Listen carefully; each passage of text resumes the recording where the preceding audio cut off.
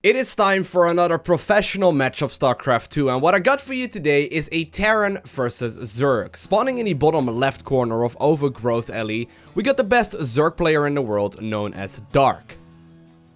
And his opponent, spawning in the top right, is going to be none other than the blue Terran player known as Innovation.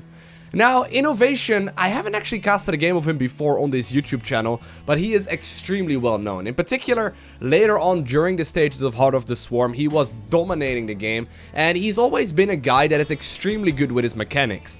And basically what that means is that he is really good at producing stuff. He doesn't really miss a beat when it comes to macro, and his control has always been very much so on point as well. But in general, throughout Legacy of the Void, he seems to have been struggling at least a little bit. However, recently with the new patch, he's been all of a sudden doing extremely well.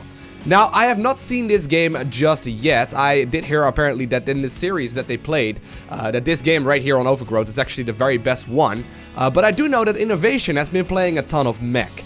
As you may be aware, in the recent patch, obviously Bio didn't necessarily get changed, and a lot of Terran players are still playing Bio as well, but mech units, like the factory units as well as the starport units, did receive a significant buff, making them, much more powerful. And in particular against Zerg, there have been a lot of different openers that can be very good.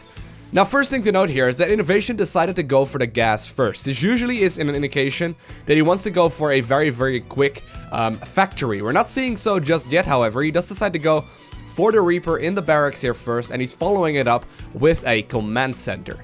Meanwhile, on the other side of the map, Dark displaying a super standard game. He went for the hatchery, into the gas geyser, into the spawning pool. And obviously Dark, no stranger to playing against Terran either. He's, been extremely successful throughout his career.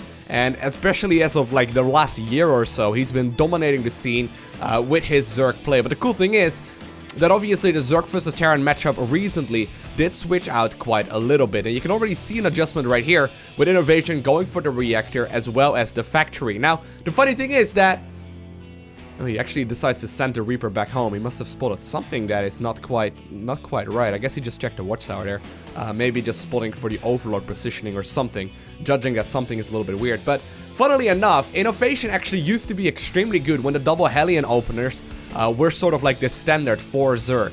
I mean, his control was always very good on those, and he managed to do a lot of damage. And I wouldn't be surprised, and yeah, that we do indeed see the second factory follow-up as well. This is a build that he's been doing a lot. To go for the double Hellion production and then eventually switch into Cyclones, and with that into mech as well. Now the funny thing is that if you go for the double factory opener, well obviously it may look like it's gonna be a little bit of cheese, and a very aggressive build. It's not necessarily an all-in. You can transition towards Bio, you can transition towards mech rather easily, and there are all kinds of different options.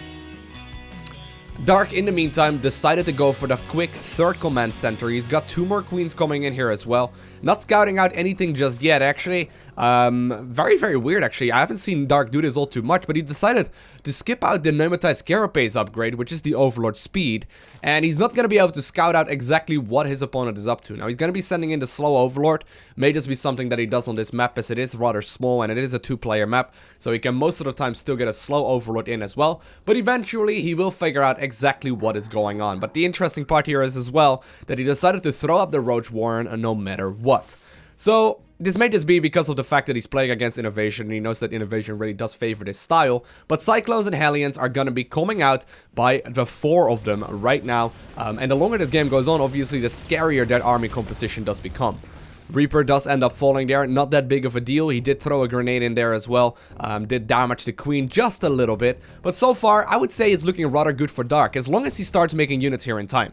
He did figure out just now that it is indeed going to be the double factory opener, and the queens that he's got are gonna be very helpful, but he's not really producing a whole ton of roaches just yet. There we go, finally 5 roaches do go down, but as you can see, the Hellions are already just outside of the 3rd base. I wonder if he actually got them in time. Look at this enormous army here from Innovation. Obviously with proper control here from the Zerg, he's going to be able to keep these queens alive for quite a little while as well, moving those links around as well to try and get us around on the Cyclones. So far it's looking good. He's buying himself a lot of time, and he's preventing to lose any of the, main units here in the queens. Nice little bit of target firing there, trying to use the splash damage of those Hellions to kill as many of these queens as possible, and it looks like eventually all of the queens do end up falling, but the reinforcements of the Zerg have arrived. And I would say actually That was a really solid defense from Dark, all things considered. Yeah, the queens died, yeah, a couple of Zerglings died, but in the end, he did not take any economy damage, and he's going to be able to start droning up the base if he chooses to do so. Now, interestingly enough, he's actually going to go for a really aggressive push.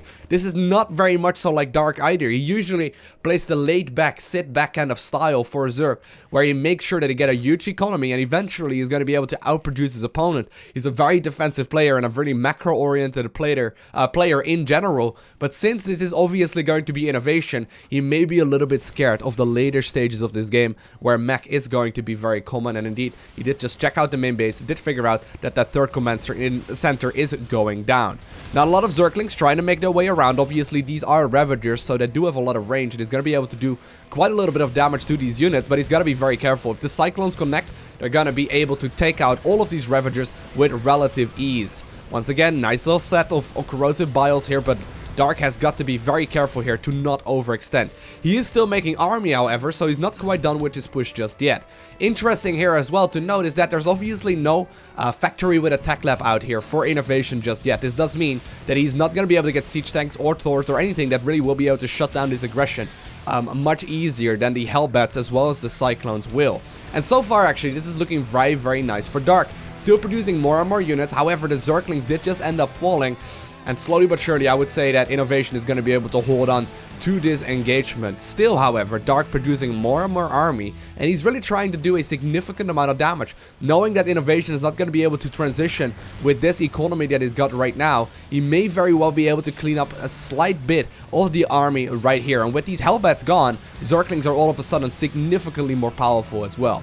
Nice set of corrosive biles there, once again zoning out a whole lot of units, but eventually we do see the switch back into drones here, as well as the lair and the evo tumors going down. He's gonna try and do whatever damage he can, though. Obviously, if a, depot will go down, that may very well supply block his opponent briefly. But innovation did manage to hold on there very, very nicely. And actually, it's quite impressive considering how small his army was, and considering he really did not have a proper counter to all of the Roaches, Ravagers, and the Zerglings at all. But it looks like Dark, obviously known to play against very, very good players that are indeed capable of defending, does already decide to go for that fourth base, while the third command center is just about to follow up here as well, or finish up here as well for innovation. But we do see the follow-up for him, and he's deciding to add on 3 more factories. Now, this is going to be full blown out mech here, something that has not been very common, at the very least throughout all of Legacy of the Void. But hold that thought, because for a little while here, once again, the Terran is going to start moving out. There's a lot of Zerg, however, waiting at the watchtower, and more drones are going down, so Dark is confident that he can defend against this no matter what happens. However, let's talk about that for just a little bit, right? So, throughout all of Legacy of the Void's history, we've seen barely any mech play at all. Pretty much all of the Terran players have focused on bio instead, and obviously, that is a very powerful style as well. But here we go, we see the triple tech lab follow up here for innovation. He's going to be able to produce Thors, siege tanks, and pretty much everything. And the thing about mech is that when it maxes out, it is extremely scary. The Dark will manage to figure out here very, very shortly, and there we go, that third command center did indeed land. He's going to be able to maybe pick up an SCV here, maybe even getting a second one as well. But so far, this is starting to be a very, very nice macro game. The question is, however, now that Dark is at the very least reasonably aware of his opponent's unit composition, what is he going to transition into? We do see that Infestation Pit go down right now as well. He's researching a ton of upgrades, also getting the Burrow here, so maybe we will even see the Roach Burrow upgrade in the Roach Warren. But the question is, how are you going to defend against siege tanks if you do not have units that can easily take them out? Obviously, if they're not sieged up, they won't be able to easily damage the Roaches and the Ravagers either, but if they are sieged, they do now do a significant amount of additional damage. Nice little bit of pickoff right there, but they do a significant amount of damage to armored units, such as, for example, Roaches, and they recently did receive a huge buff in that regard. And we do indeed see that follow-up right here from Dark here to go for the Burrow movement upgrade right now for Roaches as well. So he's going to be able to tunnel underneath all of these Terran units. But innovation, obviously, the god of mechanics, is not going to be able to fall for any of those issues, and he's instead just having a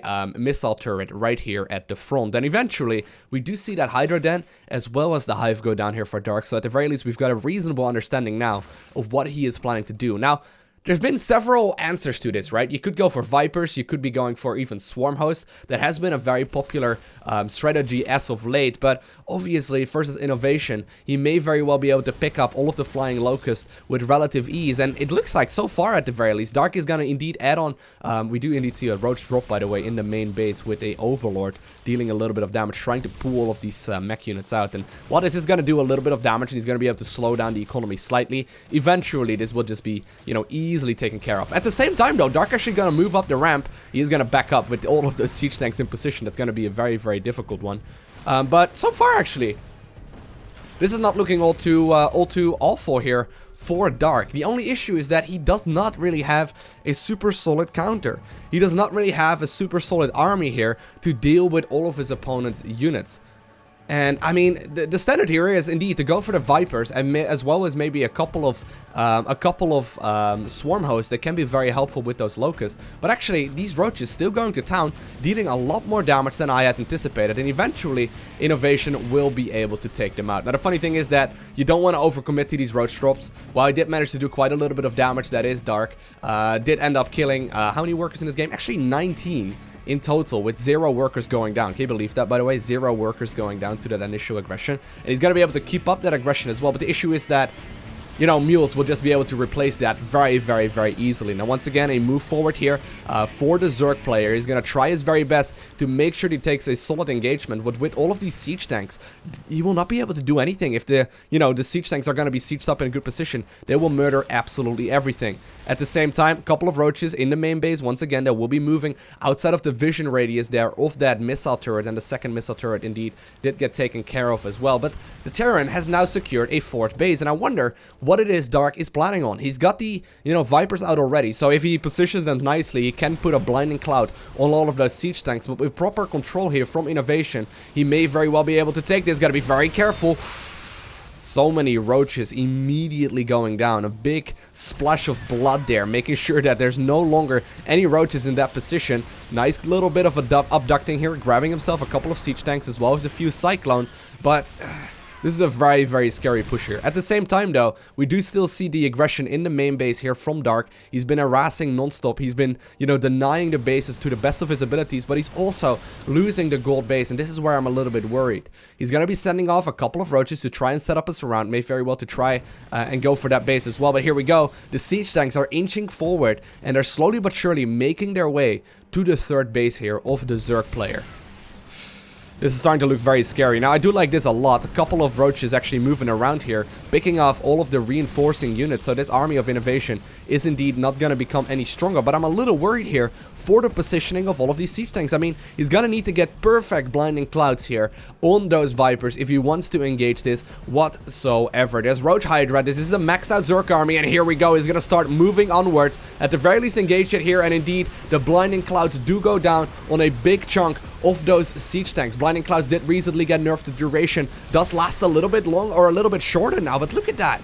He is going to be able to clean up all of those siege tanks, and with beautiful control on these Vipers, he's going to be able to take out pretty much all of what the Terran player had. That was absolutely ludicrous. I did not anticipate him being able to clean up all of those forces. And even though Blinding Cloud did get nerfed and the duration is a little bit less, those siege tanks still did take a significant amount of damage. And you can really see it right now in the supply counts. Dark taking a huge lead here, 183 versus 103 supply here in favor of Dark. And he's going to be able to at the very least pick up all of these units here as well. Now, he does still need to be careful. Obviously, if he lets the Terran player alone for just a little bit, they're going to be able to do quite a little bit of work in the macro department as well. But unlike this switch here into Ravagers, obviously, they do not take bonus damage from the siege tank fire like the siege tanks or like the Roaches, for example, do, as they are not armored. And slowly but surely, I gotta hand it here to Dark for the beautiful engagement that he set up earlier. Now, does he still have the Vipers? Yeah, there they are. They're gonna be able to once again use the blinding clouds here if he's gonna position them properly. A lot of these siege tanks are once again gonna be disabled. Instead, he decides to yank them away, yank them out of position, a little bit less of an energy cost and a little bit less of a committal, I suppose. And he's gonna be able to eventually just simply overpower Innovation, and Innovation is forced to GG out of that game.